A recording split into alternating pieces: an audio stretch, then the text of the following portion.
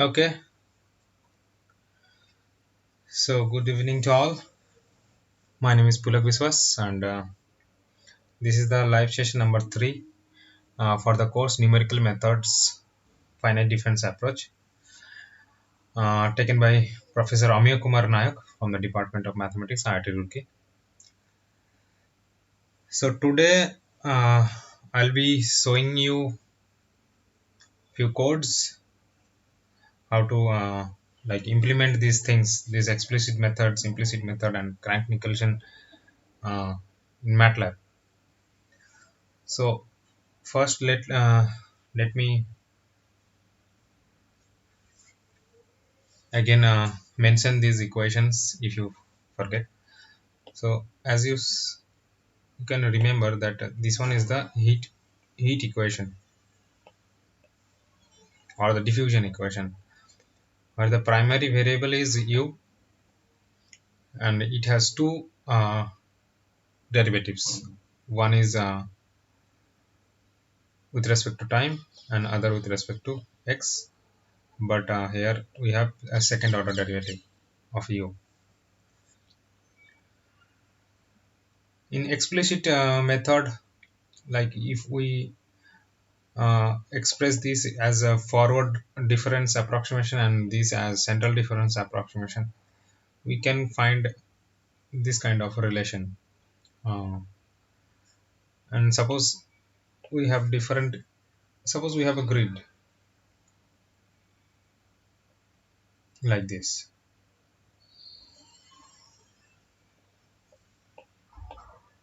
and suppose this is the x-axis and this one is the time axis. So this may start from 1 2 3 like that, 4, or if I write in terms of I, it may be I, this may be I minus 1, I plus 1, I plus 2 like that. And here time is 0 1 2 etc. Like time is increasing in that direction.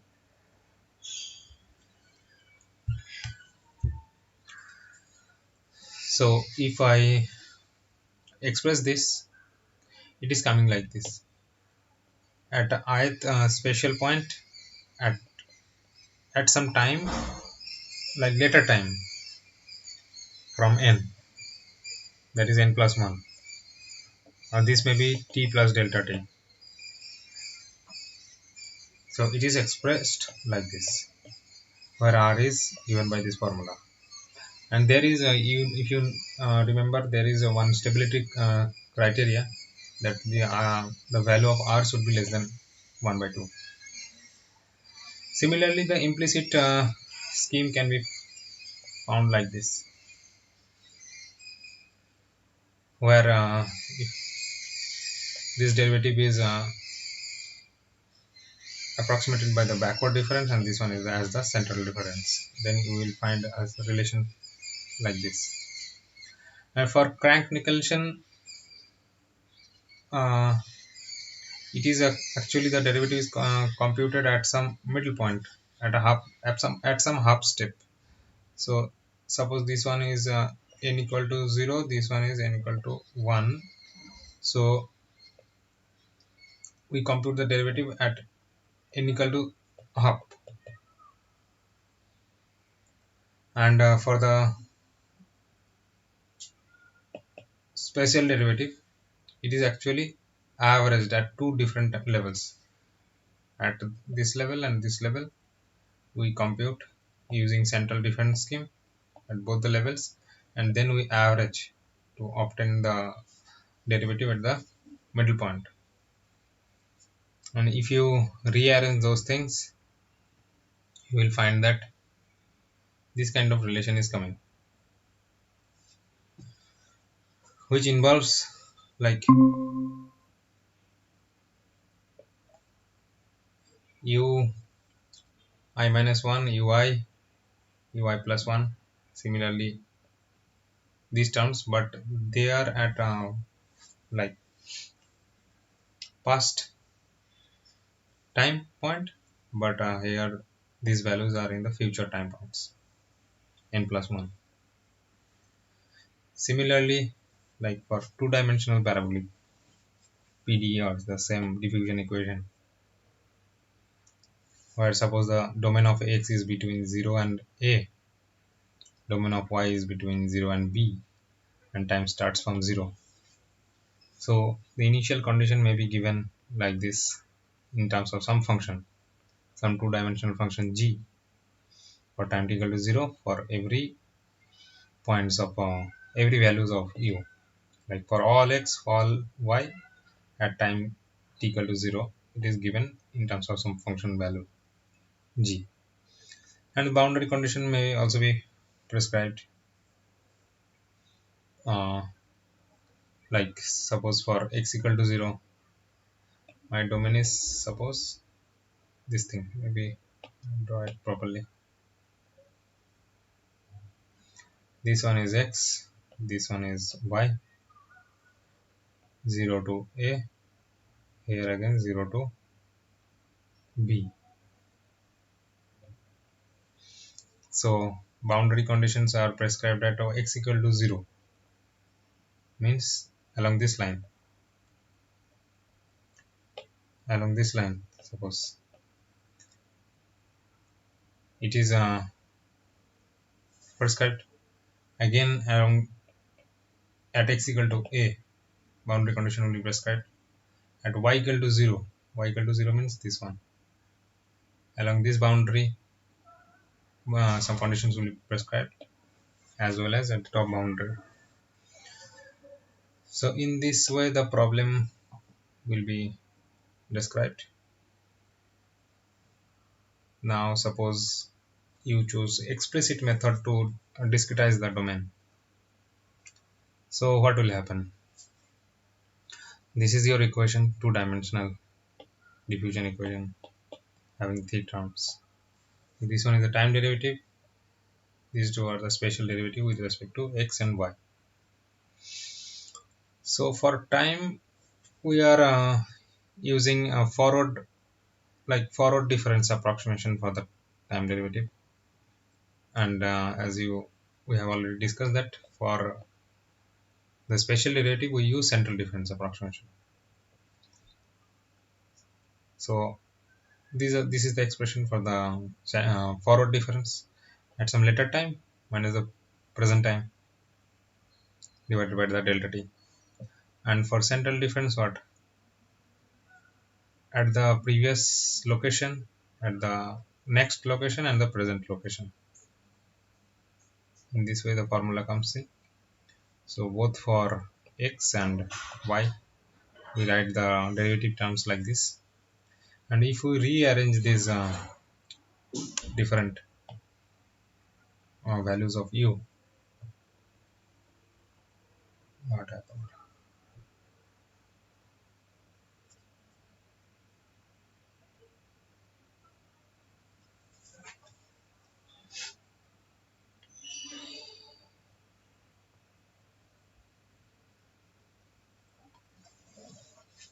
Okay,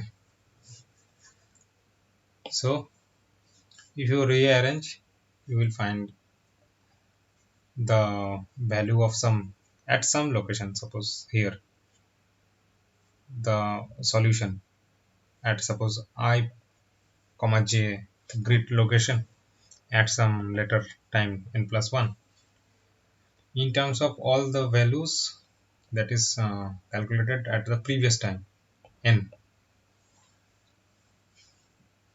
So that is why it is explicit, and this is coming, we sometimes name these variables like r1 equal to delta t by delta x square and r2 equal to delta t by delta y squared. So the variables like this will be modified as r1 here, again this one is r1,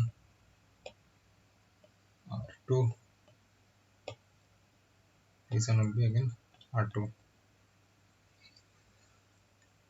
So this is the scheme for explicit scheme for two-dimensional heat equation. Similarly, we can again go for Crank-Nicolson scheme. So here what happens? Here again, uh, suppose this is my domain x and y, x and y.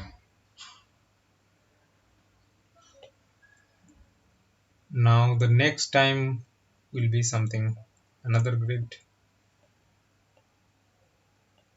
x y, but suppose this was at time t equal to 0, and this one is at some later time t equal to, suppose if I represent it as 1. But for Crank-Nicolson scheme, we calculate it at the middle point, like at a half step. So this is a whole step 0 to 1. So we calculate at equal to some half value, maybe at here.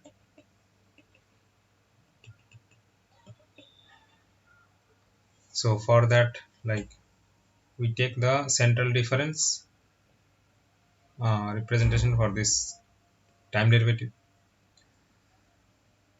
So next, minus previous divided by 2 into this one.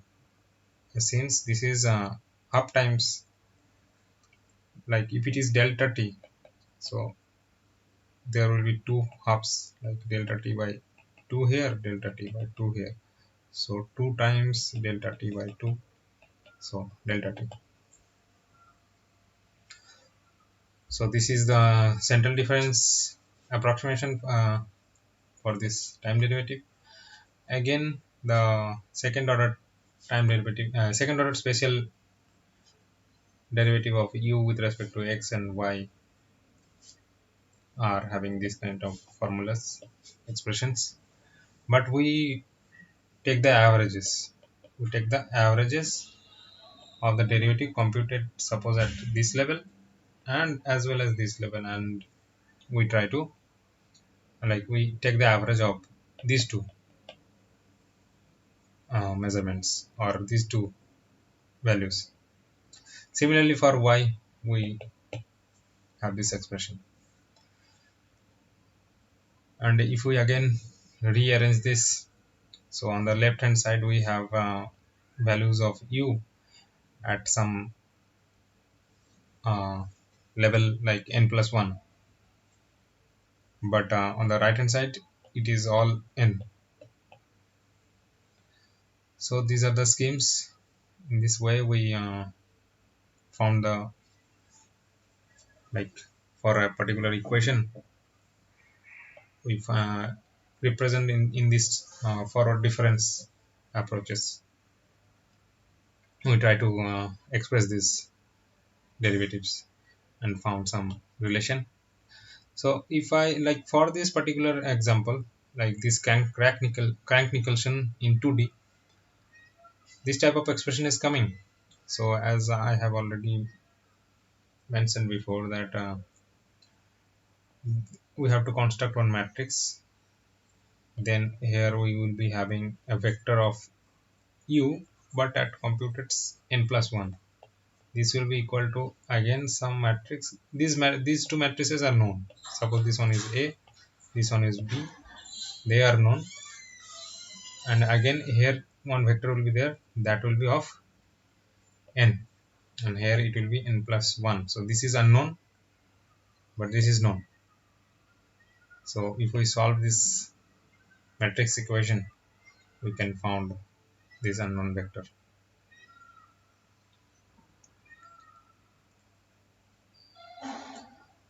So now I will show you the codes in MATLAB. So first I will try start with how to solve ODEs using MATLAB. So I took this particular example of forced damped vibration. So suppose there is one pendulum like this. It can, vibrate, oscillate like this. It can go, and this side again comes this side, so like this way. And suppose this one is the extreme point, so it will go up to this point where its velocity becomes 0. When it reaches this point, again it starts to return back to the center because of the restoring forces. But we, for this problem, we chose some intermediate state of the system. So it so it is having some displacement, but the velocity is not 0. Velocity is 0 at here, but here it will be having some velocity. So this is the differential equation OD for this particular uh, force vibration, where we also consider the damping phenomena. And suppose these are the values. For m it is 3. Let me write. Suppose m equal to 3, this gamma equal to 90, and this k equal to 75. And these are the initial conditions. Like suppose somehow we are measuring this displacement and it is given as 0.2, and its derivative du dt, that is the velocity actually, that is having some value. So in order to solve this equation in MATLAB, we will be using one function that is called ODE45. It actually uses the Runge-Kutta fourth order scheme for time marching of this for the time marchings. So, and in order to use this function, we should use first order ODEs. But as you can see, this one is a second order. This one is second order. So we also know that any like differential equation of order n, suppose, so we can write a set of n different first order ODEs to represent the same nth order ODE. So we'll be doing the same thing here. So suppose we are assuming the derivative of this problem parameter u, problem variable, as the v. So this will be our first equation, and if we put this back into this equation, like this equation, so this becomes like dvdt plus 90, and in place of this one it will become v, and we left this as u whatever was there, and this is the forcing term. This also remains the same. So we rearrange these things and write in terms of dvdt equal to something. So this is coming. So this becomes the second equation. So now we have two coupled equations, first order ODEs, which are coupled. So if I write it together, du dt equal to v, and dv dt equal to this one.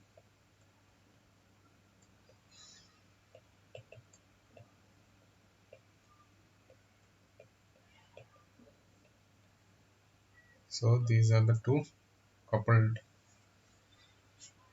ODEs that we'll solve using MATLAB.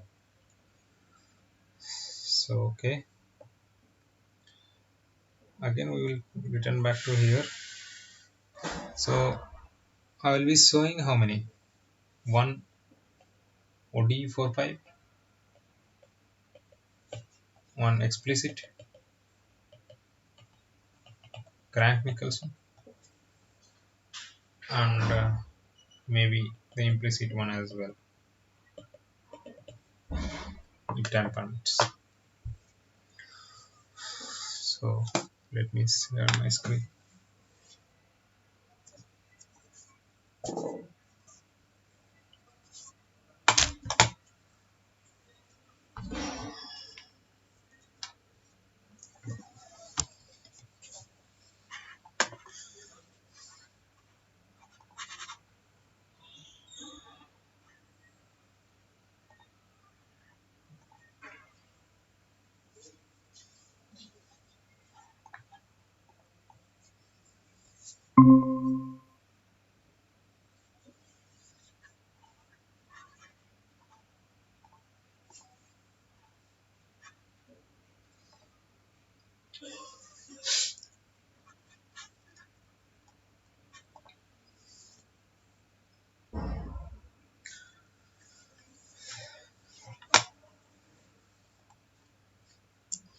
So let me write the equation as well.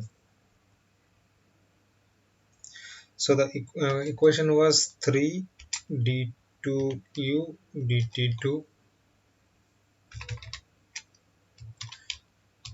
d2u dt2 plus 90 du dt plus 75u equal to 10 cos of 5t.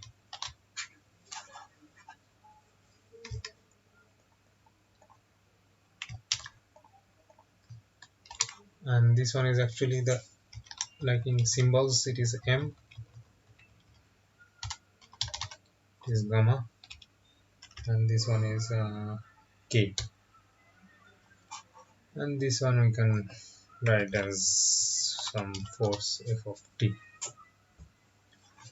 So yeah, we have defined it like that: m equal to 3, gamma equal to 90, k equal to 75. So these are set. Now suppose we actually I have let me see, show you from here as well. Actually I have taken the example from here. So this is the equation coming with the initial condition 0.2 and this one minus the first derivative as minus 0.1. I actually took this because here they have already provided one solution, so we can compare like whether it is giving actual results or not. And you see this is the figure coming, like the solution plot of the solution.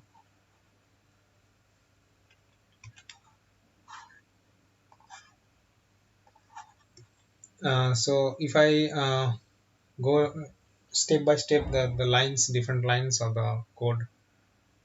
So time span, it is actually like we are starting at times t equal to 0 and going up to time something 8 second or something units, 8 units of time. So 0 to 8. We can also sample it like this, like instead of providing only the initial and the end points, we can also provide it like this, like 0 in step of suppose 0.1 to 8. So let me comment this out. We can also provide like this, so the solution will be coming at suppose or let me write it like this, delta t, and I defined it as this, like my delta t time separation is 0.1. So starting from 0, each delta t after the solution will be coming. uh, Initial condition is actually given for u and its derivative. So suppose u, like for u at equal to 0, it is given as what, 0.2, and u derivative at 0 it is given as that minus 0.1.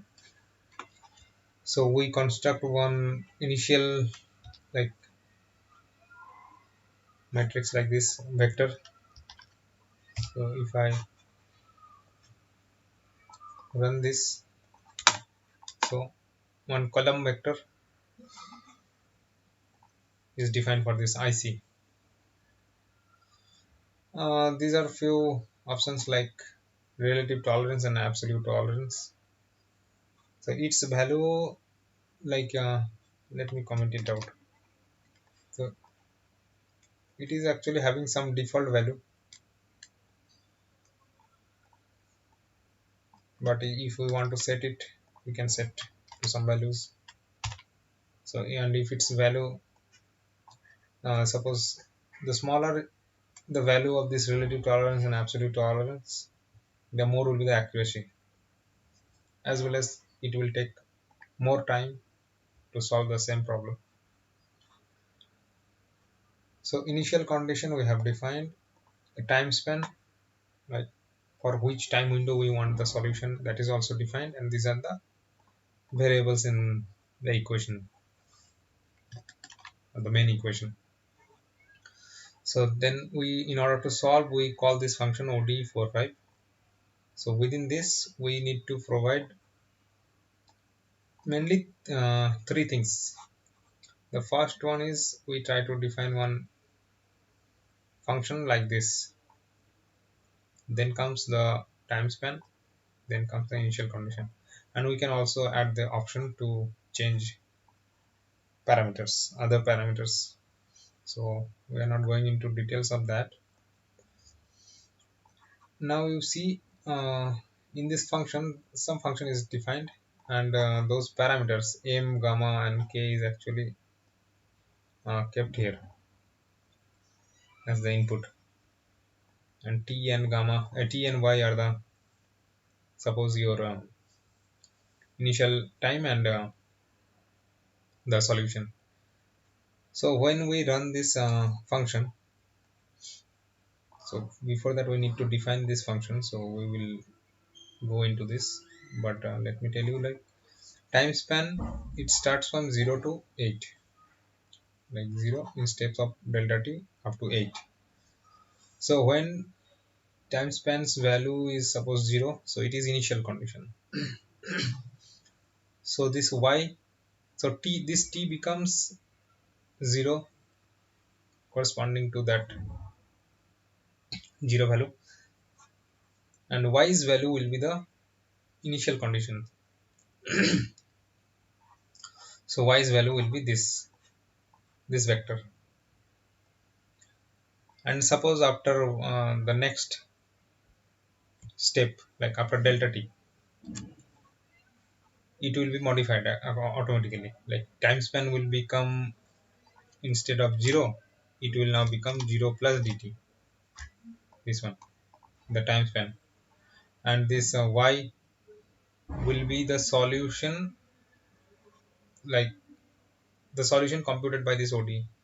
So for the time t equal to 0, for time t equal to 0, y was actually equal to IC, but when time span, suppose time span is equal to 0 plus delta t, then your y will be the solution computed by ODE45. So in this way, for each delta t, suppose 0 plus 2 delta t, something like that. So for each increase in the time length, this y modifies automatically.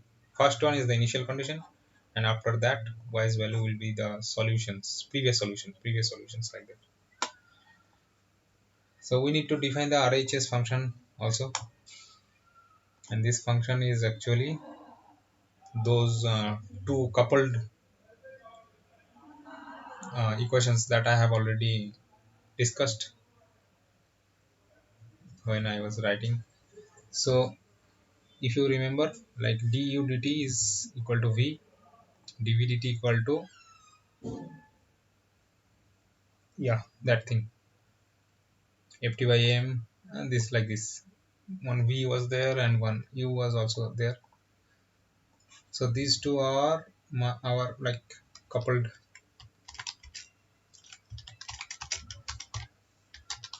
coupled coupled first order ODEs.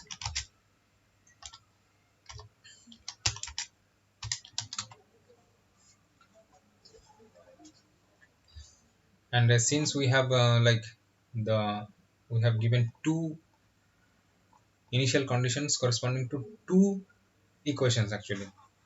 So suppose this one is the first equation, and corresponding to this equation the initial condition is given like this for u. Suppose u equal to given like this, and for next equation the initial condition is actually given for the next equation, suppose for v. So after the solution it will be like again 2. That is why it is kept this form, similar as the initial condition.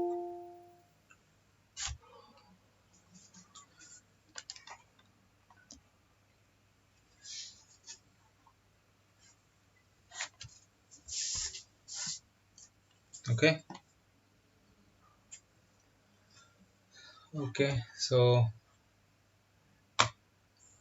and this thing like y, as I have mentioned that y is similar as IC.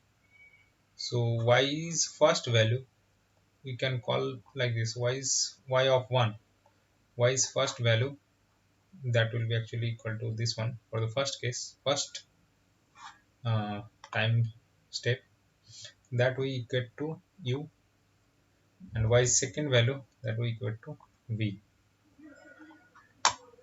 So now if I run this function, like, then the solution is coming like this.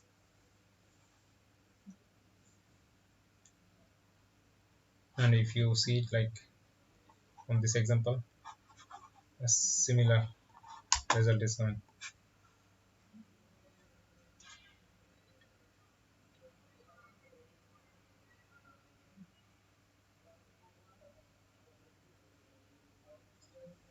Okay, so in this way, like, we can solve ODEs in MATLAB using this function ODE45, and this is actually using that Runge-Kutta fourth order scheme.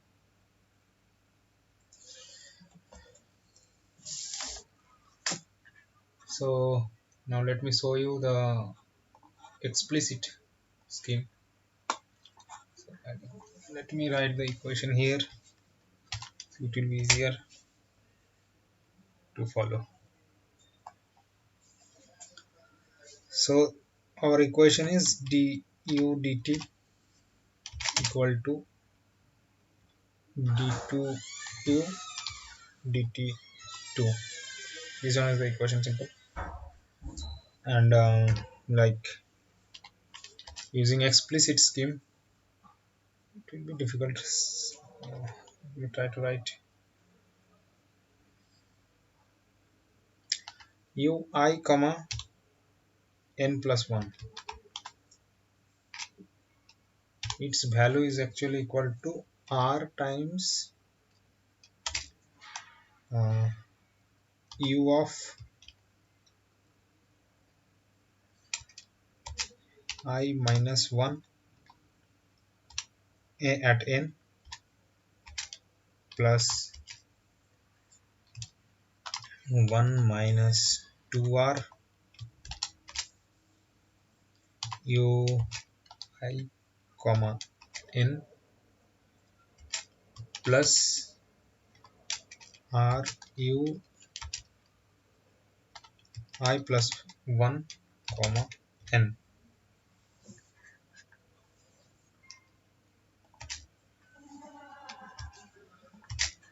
So this is the explicit scheme for this equation. Explicit scheme. So what we are doing, we are dividing, like, we are first deciding the domain. We're deciding the domain of oh sorry, this one should be x. So first we are defining, suppose the x initial point, suppose -1, -1 to +1. So my domain is something like this. um,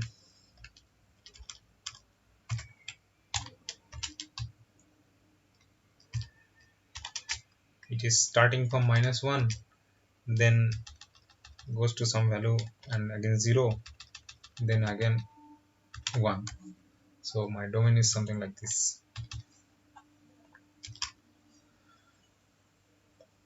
Okay, so -1 to 1, we are also defining the variation 0.1. So -1, then -0.9, like that. So if I run this one, so x is from -1 to 1, like this, the domain of x. Similarly, we are taking the time.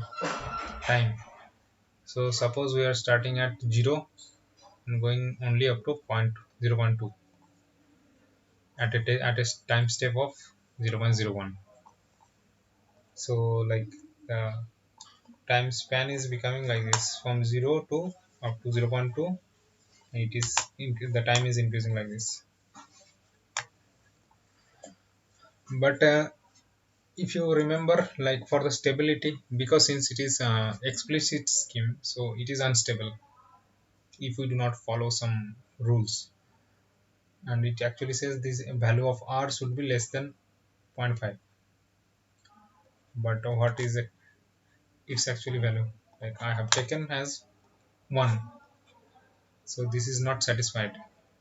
So the if we solve this, we will not get proper result, like instability will come. So we will observe that in the result solutions.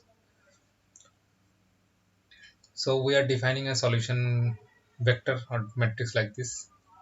Zeros of, suppose, let me define a small value, then it will, you can understand. So suppose x is defined for 4 points. 4 points of x are there, 1 2 3 4, and time we are taking 0 1 2, like that.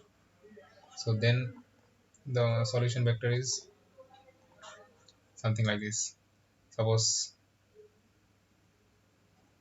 yeah, but we have to actually transpose this. X, this is x. Suppose something -1 2, uh, or -2 to +1, -2 -1 0 1, the domain. It may anything, it may be anything. So, and time is increasing like this. And we also define the initial condition as this Gaussian function. So if I plot this one, uh, x comma,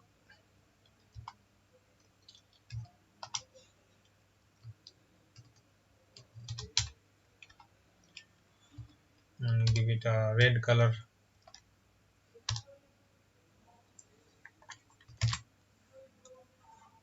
Actually we have to transpose this. What is happening?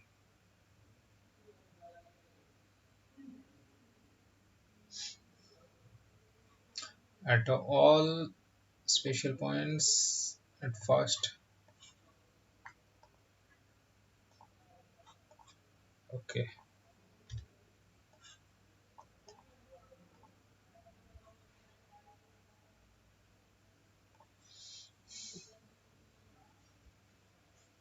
something problem is there.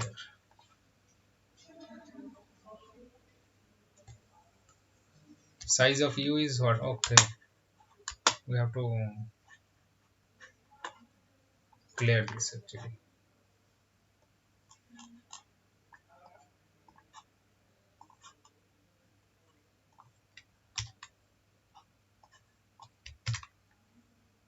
So this is coming initial condition. It is centrally having peak value and it is decreasing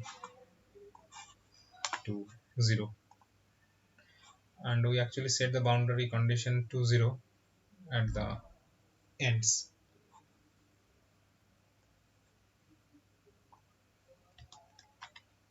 So if we plot in considering the boundary condition as well,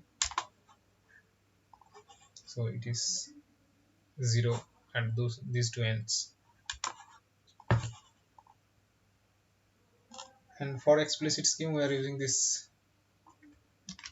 the formula we already know, but remember the r's value uh, is coming as 1 for this particular exam, so this will produce unstable result. So for explicit scheme, this is the formula. So what we are doing, we are using the same formula, r times this one. So here I is denoting the time steps, but in this formula I is denoting spatial points.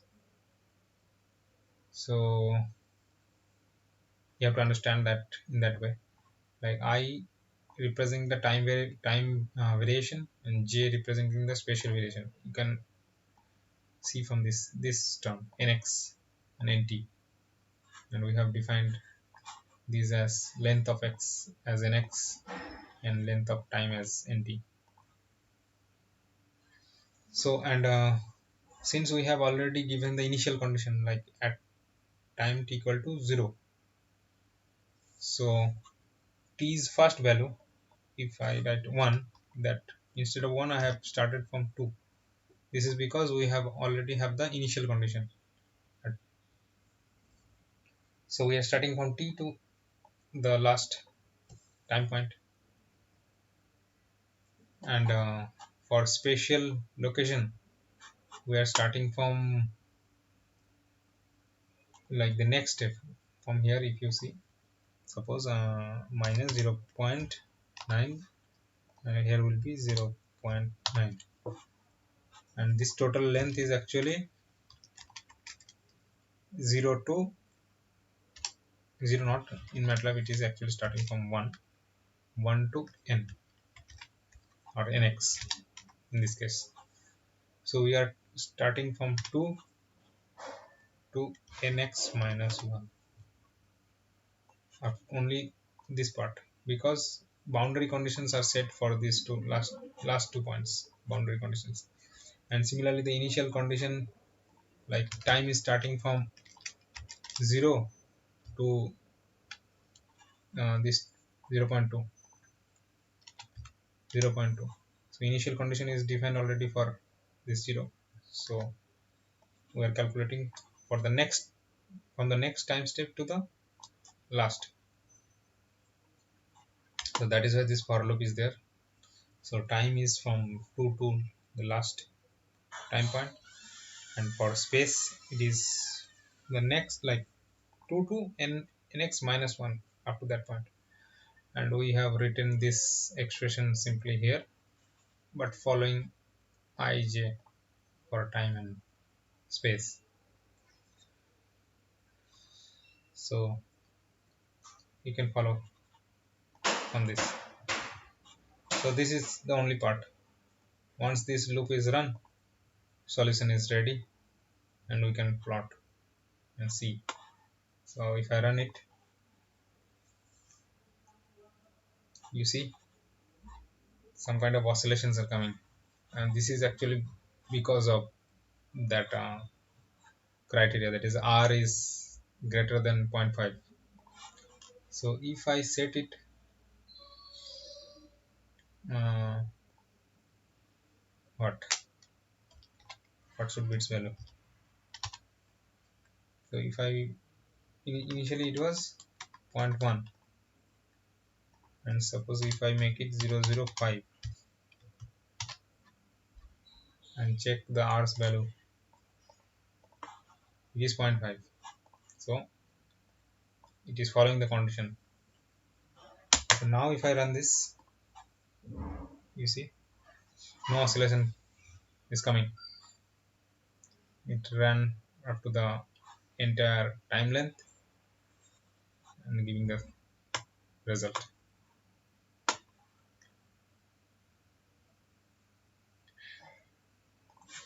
Okay, and if I like suppose make it much smaller, zero point 0.1, then R's value is 0.1.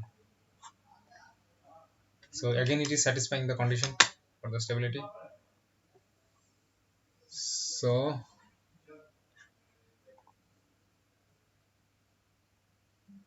again no instability will come because we have already like we are following the condition.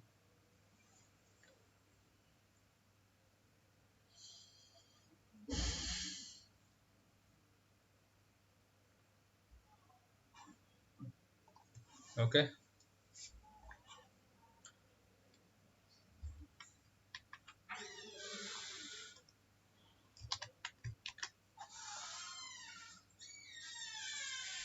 so you can write in this form to solve the equation. Now suppose if I go to the crank Nicolson, but before that I need to show in this like from here. So let me show it from here first, the equations.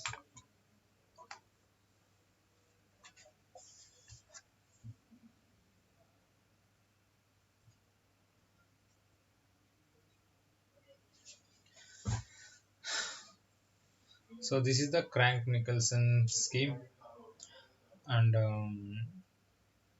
yeah, suppose this is the grid for the for our calculation.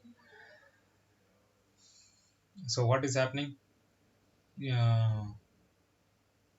Like the domain of x is from 1 to, yeah, from 1 to 4, and time maybe whatever time we can take. So the main thing is the domain of x. So suppose if we choose I as 2 here in this relation, so what is coming? I we have taken as 2, so minus r u 1 n plus 1 plus 2 1 plus r u 2 n plus 1 minus r u 3 n plus 1. Similarly, the results will be coming 1 n to 1 minus r u 2 n plus r u 3 n. Okay, so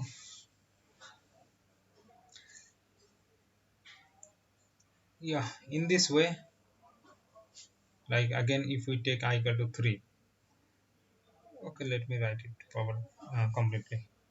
Minus r u 2 n plus 1, this is suppose equation number 1, plus 2 1 plus r u 3 n plus 1 minus r u 4 n plus 1 equal to r u 2n plus 2 into 1 minus r u 3n plus r u what is 4n.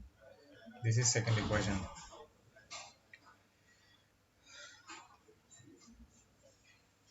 Okay,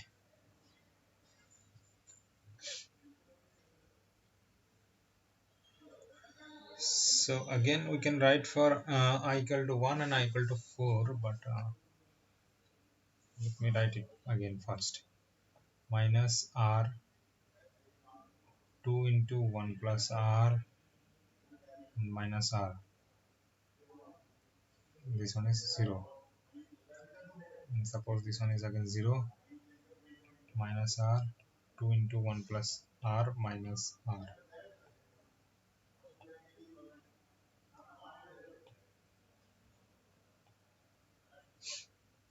u1 n plus 1, u2 n plus 1, u3 n plus 1, u4 n plus 1. Similarly on that side RHS,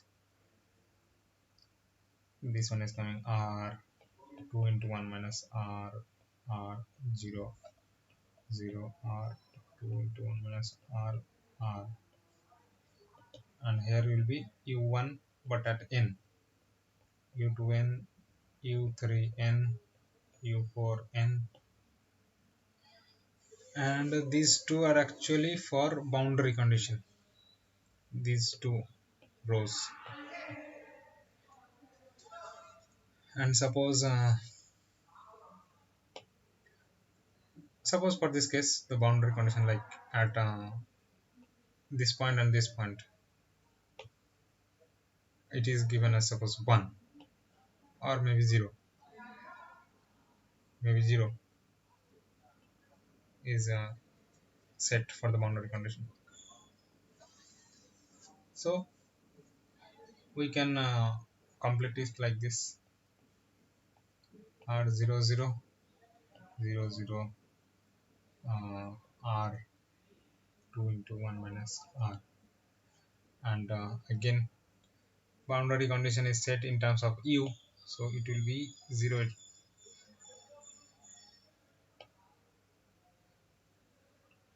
or we can keep it.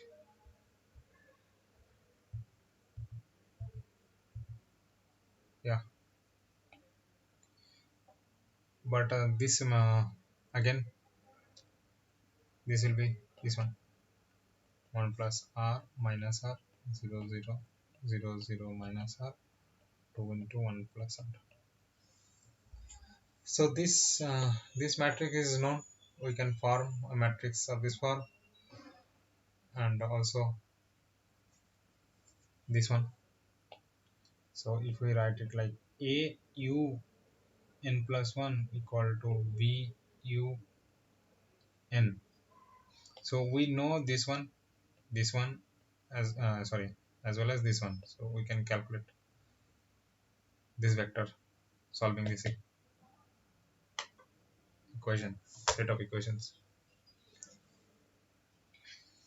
So okay,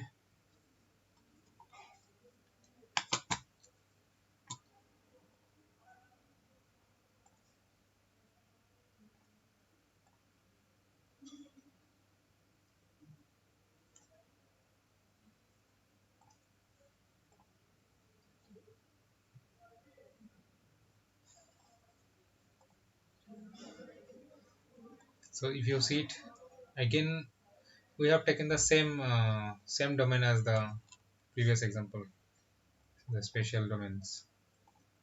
So again we minus 1 to 1, delta x is 0.1, so my domain is from xi to xf. Similarly the temporal domain is starting from 0 to 0.2 at the step of 0.1. But here no stability issue is there because it is implicit scheme. Nicolson scheme is implicit scheme. So here r's value, if you check, it is 0.1. So that condition is not satisfied, which is required for explicit scheme. But still, we will see that it will give stable result. So those oscillation will not come.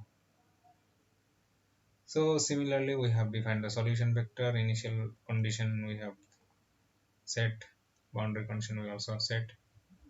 So if I plot it, the same thing.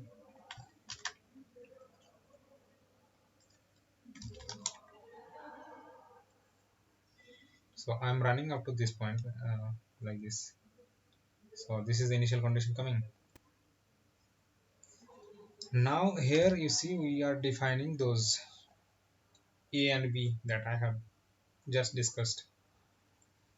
So but if you recall, in those two matrices, like it is tri-diagonal, only the three dominant diagonal is having non-zero entries in the matrix, but rest of the rest of the entries are like zero.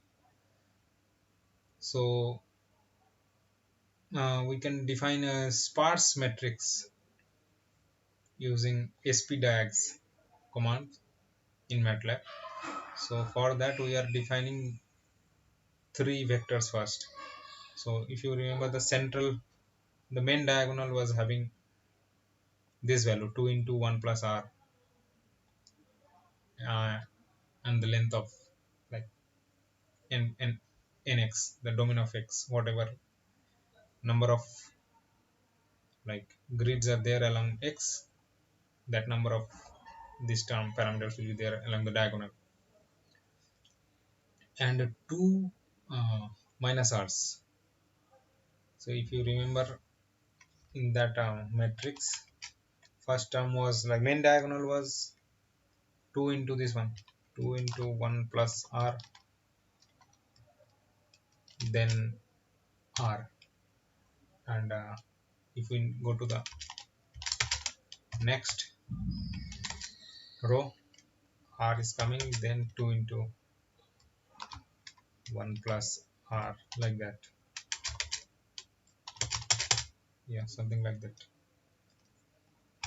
So we are defining this diagonal using this one, and this one is should be minus r actually, minus r, minus r, minus r, and one diagonal along this one. Let me add one more row.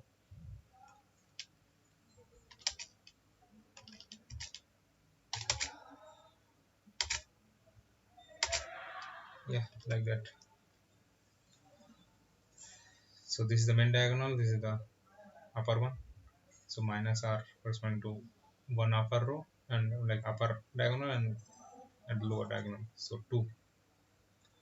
And we define the matrix like this: the three vectors, its position will be 0 0 defines this central like main diagonal, minus 1 defines the lower diagonal, and 1 defines the upper diagonal.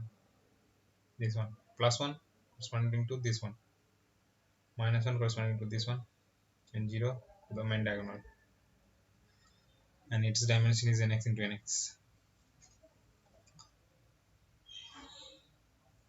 So we define like that. I actually missed that one, like for the boundary condition, this matrix will be a little bit modified, where like the first entry, like 1 1 entry, that will become 1, and the last entry like nx comma nx, that will be again 1. So that is why this identity matrix is defined, and or we can simply change that as well, and so the matrix is becoming like this. So if I take smaller values, you can have one idea of this matrix A. Suppose nx is 4,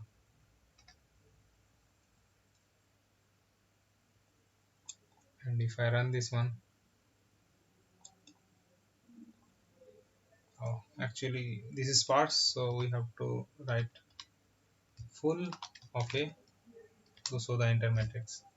So this is the matrix becoming, if I take nx is equal to 4.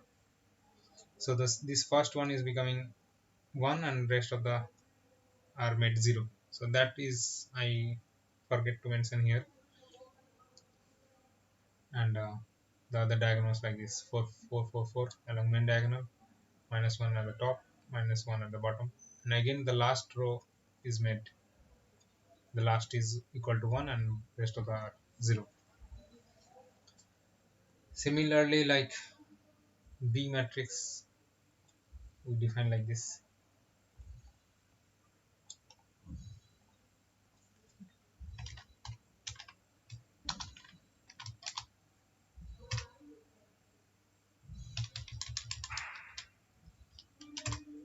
like this, where the first is made equal to 0. No, actually this is also the inside one are also 0. So B is coming like that. So now for each time steps, like from second time to the last, we are solving like the on the right hand side we have b times the u, and the solution will be a this backslash b. So this there is one command in MATLAB, like using backslash we can directly solve equations of this form. Like let me write au equal to uh, b,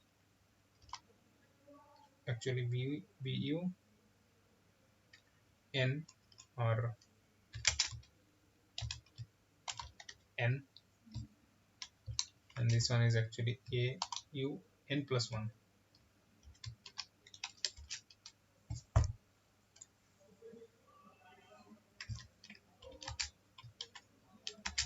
Then we are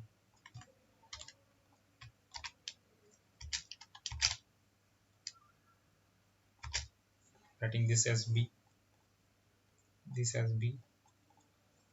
So we are computing like that, b equal to b times u. This is the for all x, and this is the for time variable, that is why it is.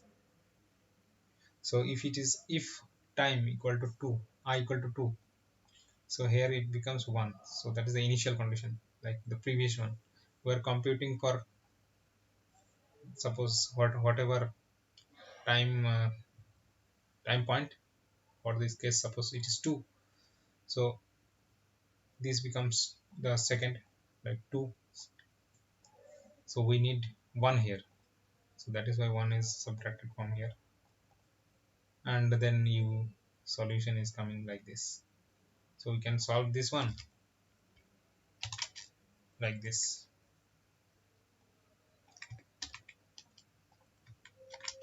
In MATLAB, a backslash b. So we are doing actually this thing, and we are getting this solution and iterating for all times starting from 2 to the last.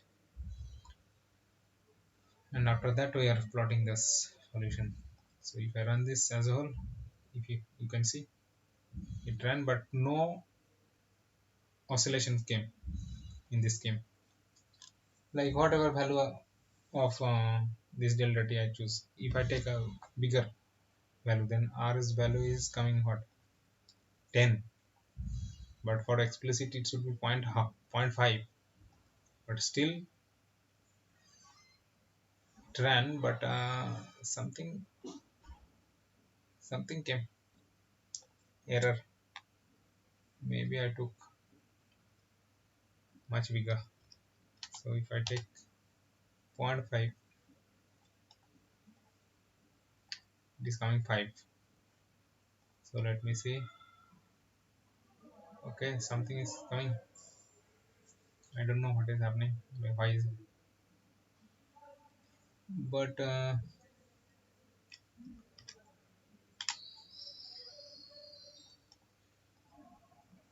if it is 1 or 2, something like that,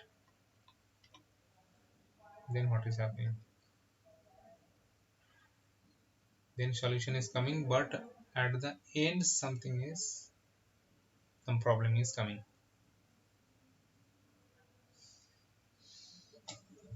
Oh, am I doing any mistake? But if I take it as 1,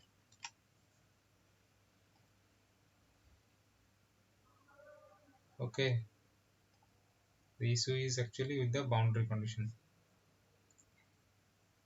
It should not increase,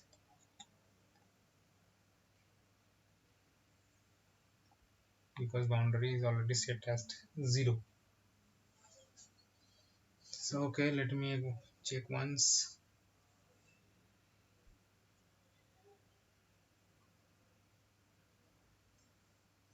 Okay, so after the solution we are not setting the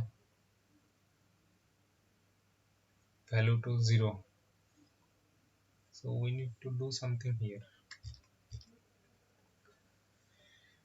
So use first value and the ith location should be 0, depending on our initial boundary condition, and nxi this should be again equal to 0.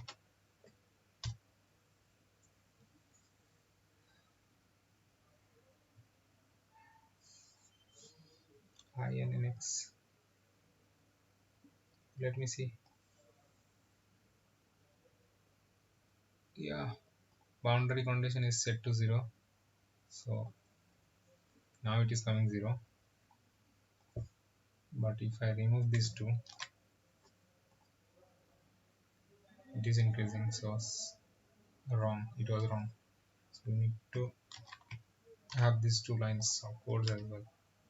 Now if I change it like, let me make it 0.2.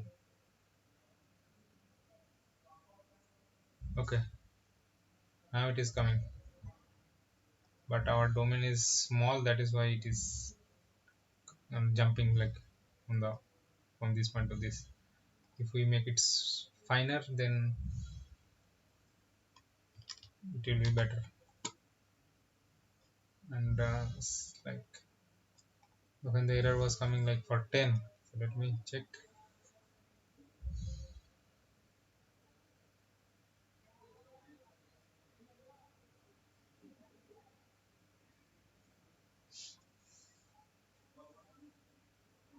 Let me make it little longer, and the domain is bit smaller, then what is happening.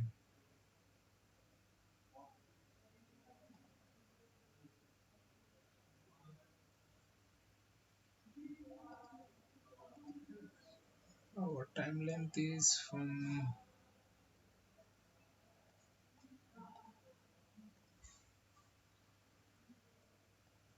so some problem is coming when you are taking it too small, but it should not happen. We have to check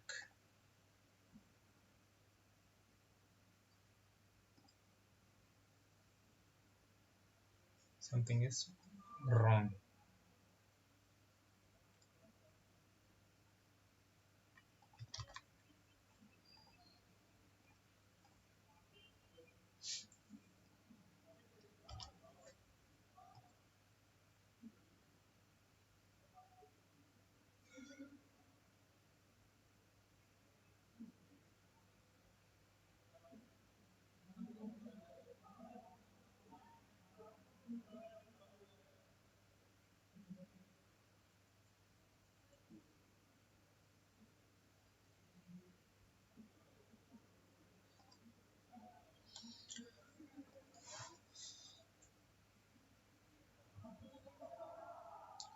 R's value is 1 or maybe 2, then it is also fine.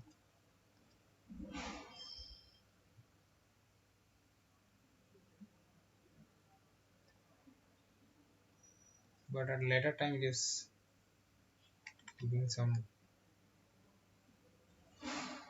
bad results.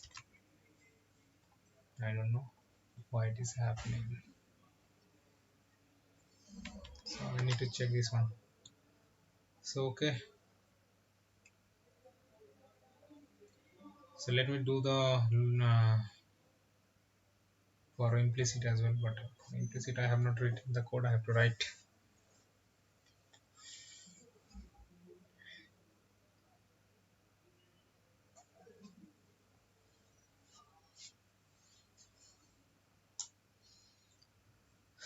Okay,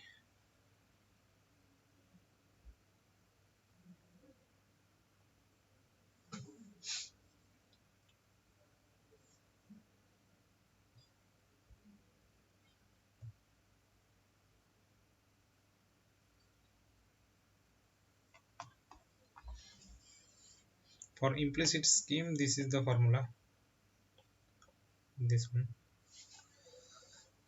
So again,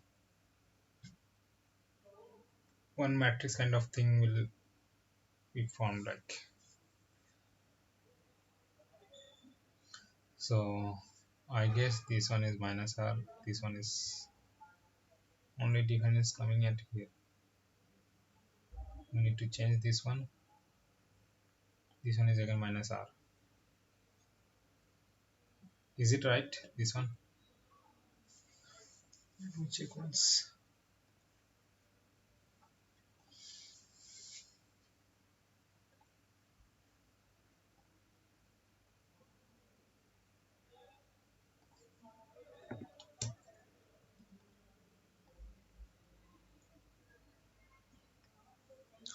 It is written as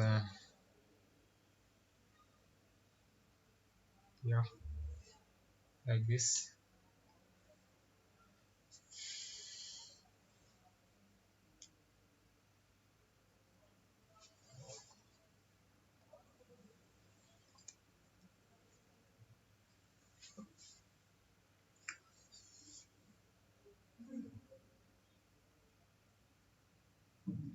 Okay, so for the implicit scheme,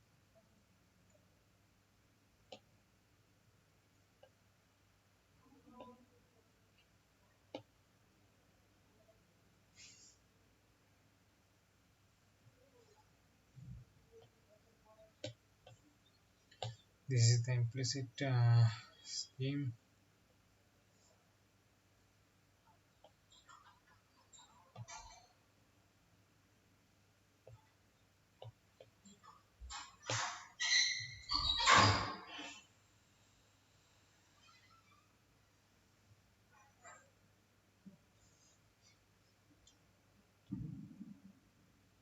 See, it will be having a similar kind of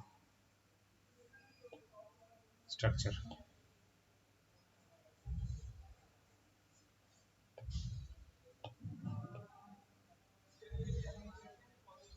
This will be equal to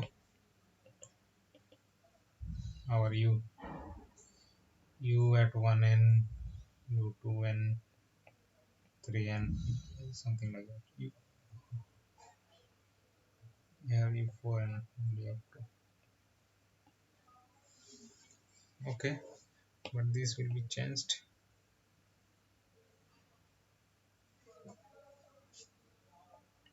to 1 plus 2r.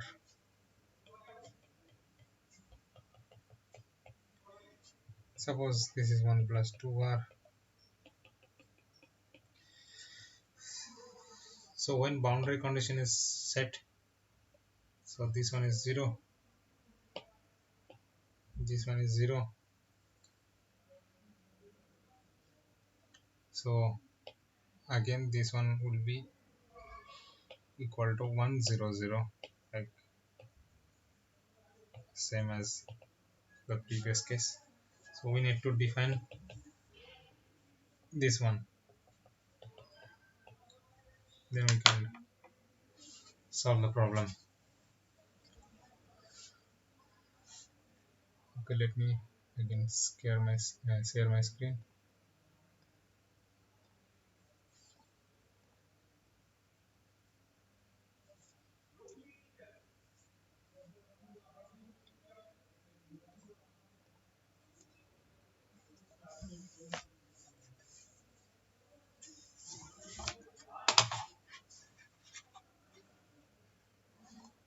So let me keep the spatial domain same, temporal domain also same.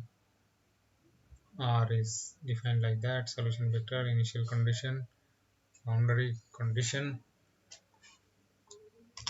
So we will talk about this later. Derivative boundary condition. This implicit. So we can do same as the this one. We can define the matrix like this.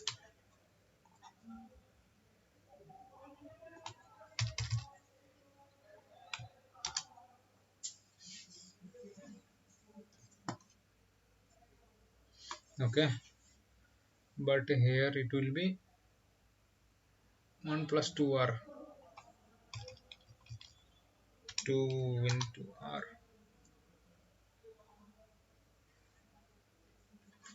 Again, if we define nx is equal to some small value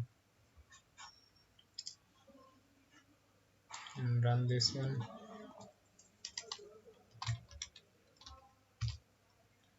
so yeah, it is coming like this. Okay, a matrix is defined. This is not required, but we need to solve like this.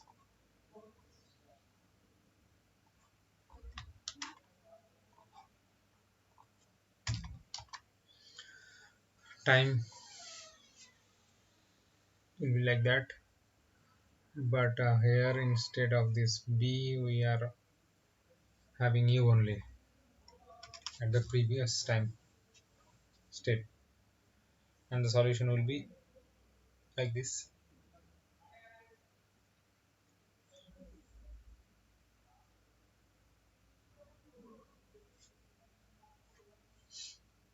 And again we are modifying the boundary condition. So let me run it. Let's check whether it is working or not. Yeah, it is working. Again, rs value I guess it is 1, but if we increase this one, I don't know what will happen for this particular implicit scale. Decreasing 0.221. Yeah, it is working for implicit scheme, like no issue is coming with the r, but for crank Nicolson something problem is there.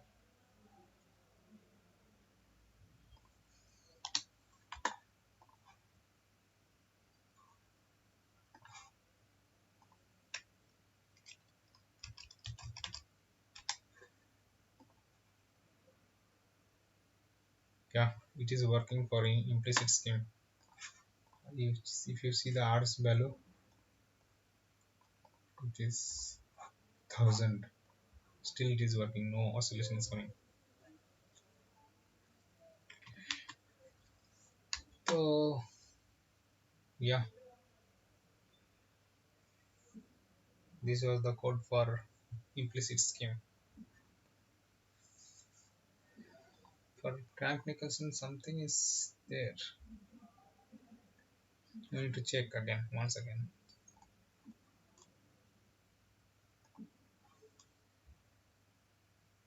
Okay, so this was the code.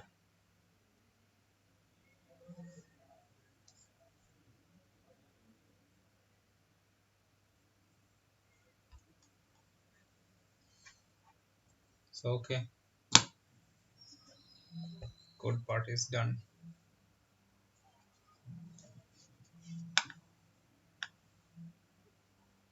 What else we can do?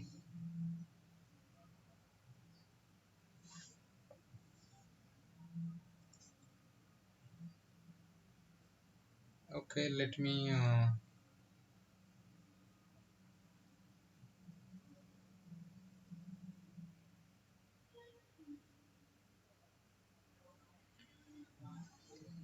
discuss the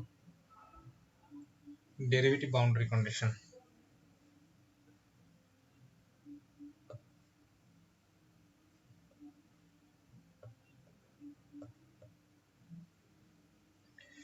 Suppose this question is given, only considering the equations and boundary conditions. So the equation is like du dt equal to d2u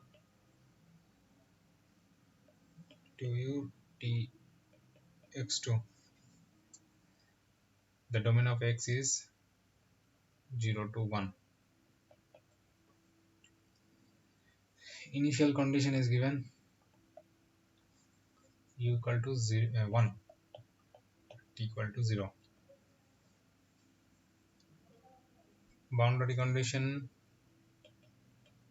like given as derivative in terms of derivative equal to u at x equal to 0 and del u del x equal to minus u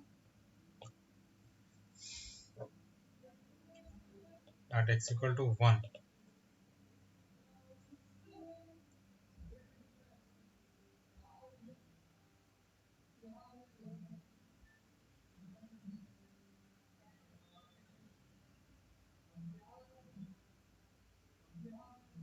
So this is our domain. So we can divide it like this: 0, this is 1, direction of x. Here r is given as r equal to delta t by delta x squared equal to 1. So delta t is equal to delta x squared. Okay. So and we have to follow Crank-Nicolson method. So I have already written this one. The Crank-Nicolson scheme for this particular equation, like the heat equation, one dimensional, it is having this type of form. Now what is happening? Like boundary condition is specified at x equal to 0 and x equal to 1, I guess. So if I term this, the I is equal to 0 here and I equal to n here, and we put i's value as 0 in this equation. So this is coming 0 minus 1 minus 1, this one I equal to 0, I plus 1, 0 plus 1, 1, again 0 minus 1, this one is minus 1, this one coming 0 and 1. So this expression is coming after putting I equal to 0 for the this end of the domain, and at this end the boundary condition is given like this one: derivative with respect to s equal to 0 at x equal to 0. Okay, so this one is your boundary condition. So what we are doing, uh, we are using the central difference approximation for the derivative at this point. So this one is our I equal to 0, this one will be I equal to 1, I equal to 2, like dot dot dot. But we need to define one fictitious point, like imaginary point at I equal to minus 1. This is not there in the grid, actual grid. So there what we are doing, we are like generating one point there and using central difference formula to calculate the derivative at the midpoint at I equal to 0. So what is that? Like u at I equal to 1 at whatever time level is there, and u I minus I equal to minus 1, I equal to minus 1 at n. So that is we are doing u I minus u minus I, this one minus this one divided by this one, 2 times delta x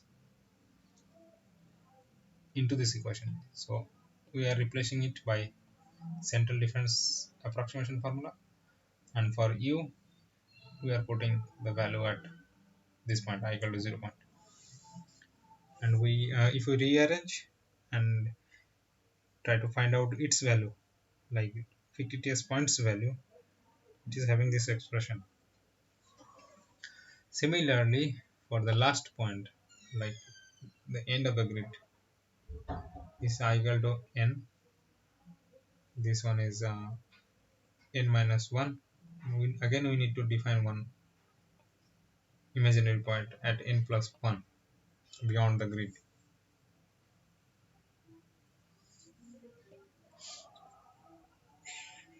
Again, we can use the central difference formula. So this one minus this one divided by the distance for this derivative, like n plus 1 minus n minus n minus 1. This one n plus 1 minus n minus 1 divided by this 2 delta x, and it is given like this. So its value will be at nth point. Then it is coming, and if we rearrange this equation, it is coming like this. And this is computed for nth position. So we can simply use this same expression to calculate like at n plus 1th point as well. The same expression, only the time index is increased to 1 at all points.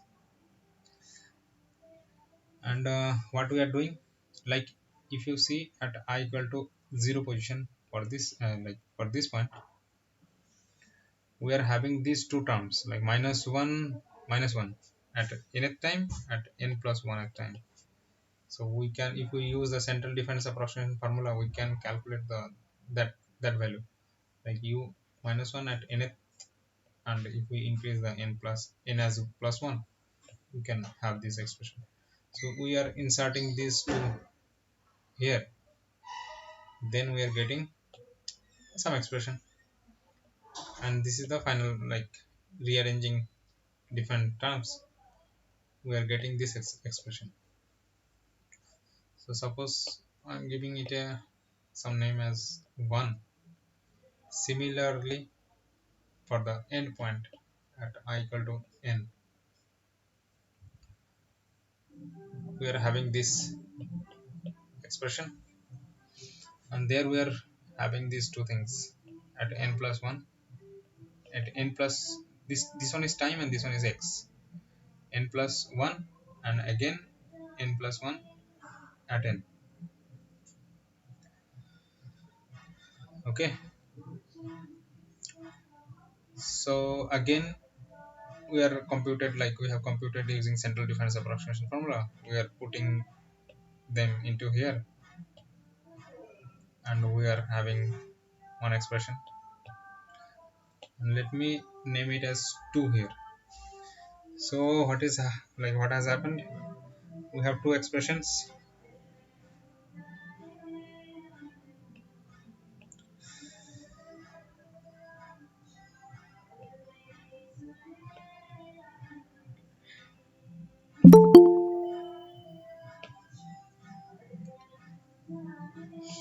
This one, and this is the second expression.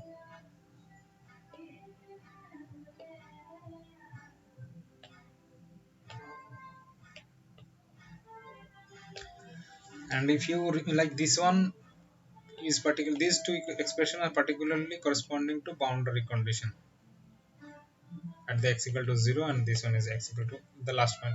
For this particular case it is 1. Okay, but in the middle points, like we did like what we did for the for writing the crank Nicolson code, same as this one.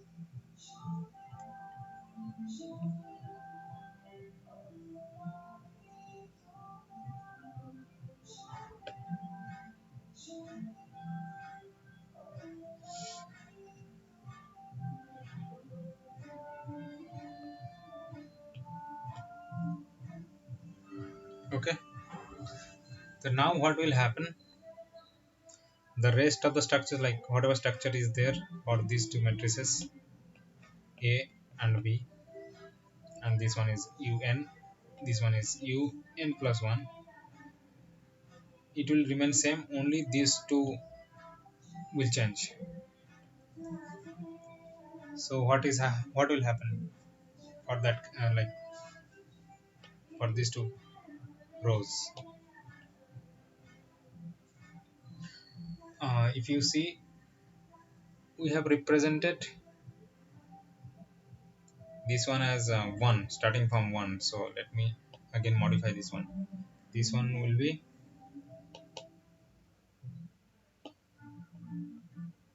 oh sorry, this one will be 1 because our grid point is starting from 1 to n.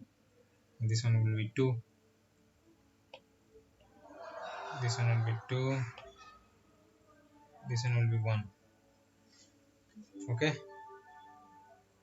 so this part is coming,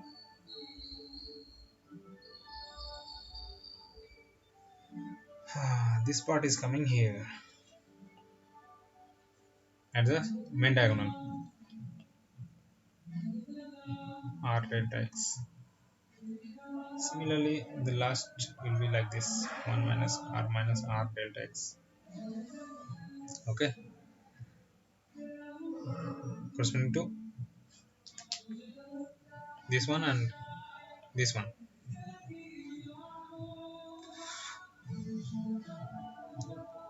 And this one becoming minus 2. It is is it minus 2? Minus 2 or minus 2 r? It should be minus 2 r.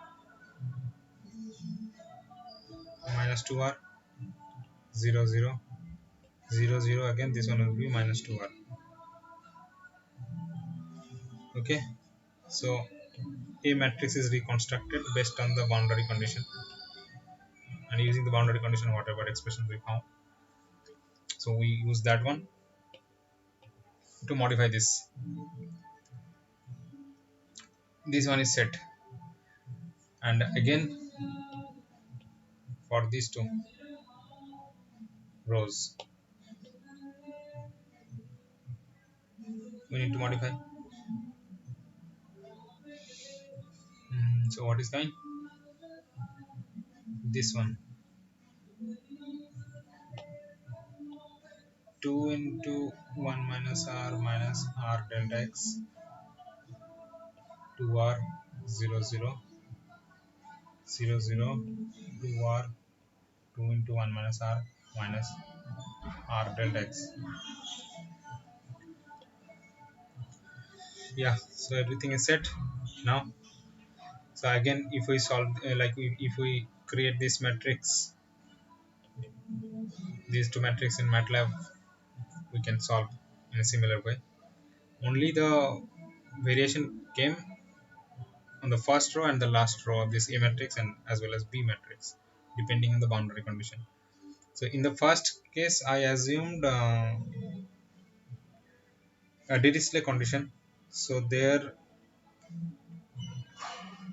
we need to modify it as 1 1 0 0, and last one is a 0 0 1,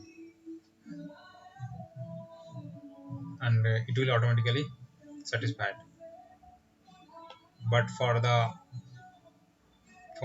case with derivative boundary condition, expression will come following some approximation central difference or forward or backward. Depending on that, expression will come that we need to incorporate on the first row and the last row of the matrix, and we can again solve this one, and we can get the solution for the next time step. Okay, so if you have any questions till now, you can ask,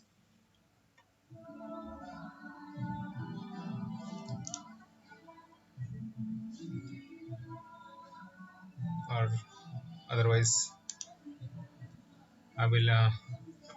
I'm closing the session then. Do you have any questions?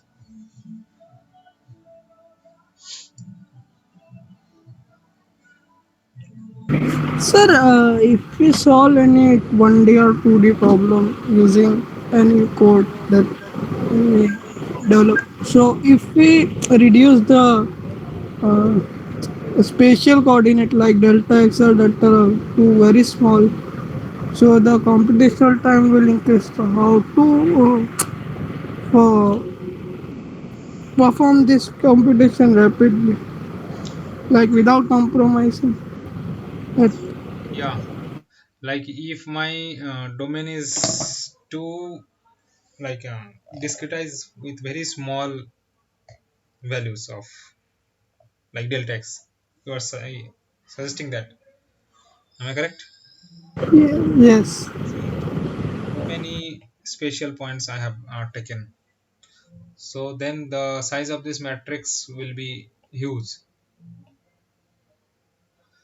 So one thing we can do, like we can define one sparse matrix, because you see only three diagonals of this matrix having values, the rest of them are zero.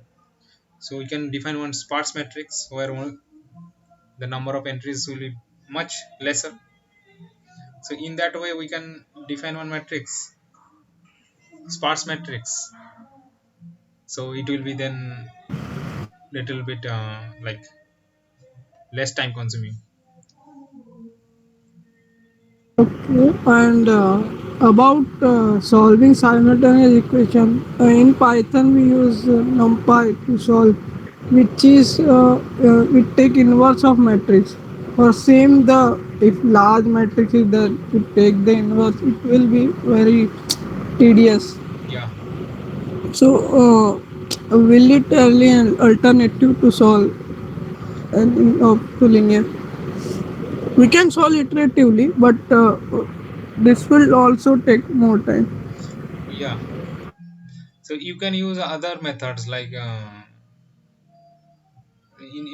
instead of that inverse, doing the inversion of the matrix, you can use other techniques, maybe SBD or that thing like Gauss elimination, Gauss Seidel, those methods you can follow. Then it will be Okay, less time consuming. thank you. Okay. Any other questions? No.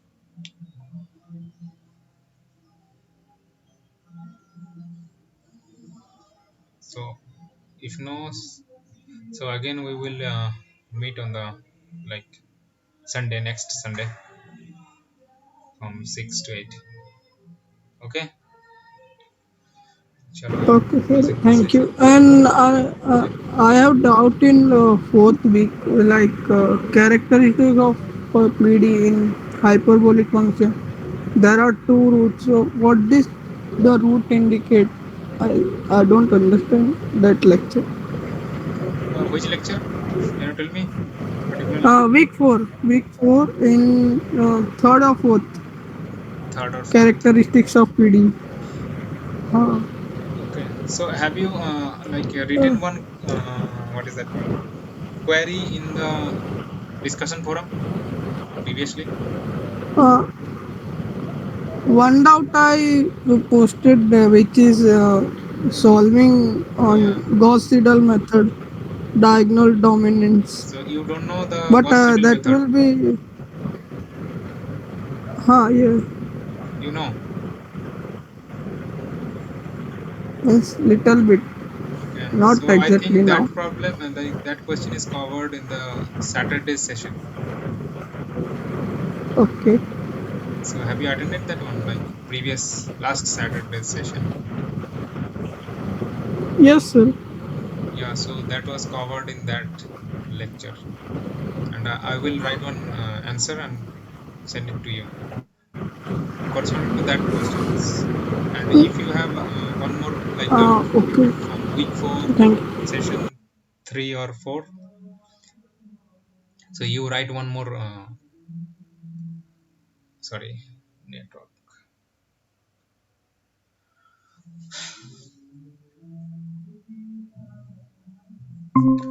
Yeah, hello. Yes. Yeah, so you write one query there, so we will answer. Okay, Okay. like Okay. tell Thank me you. like particularly what you want to ask. task. So write there, Okay. write that one. It will be Okay. quick Okay. tomorrow if you write by today. Okay. I will try. Okay. Okay then, I'm closing the session.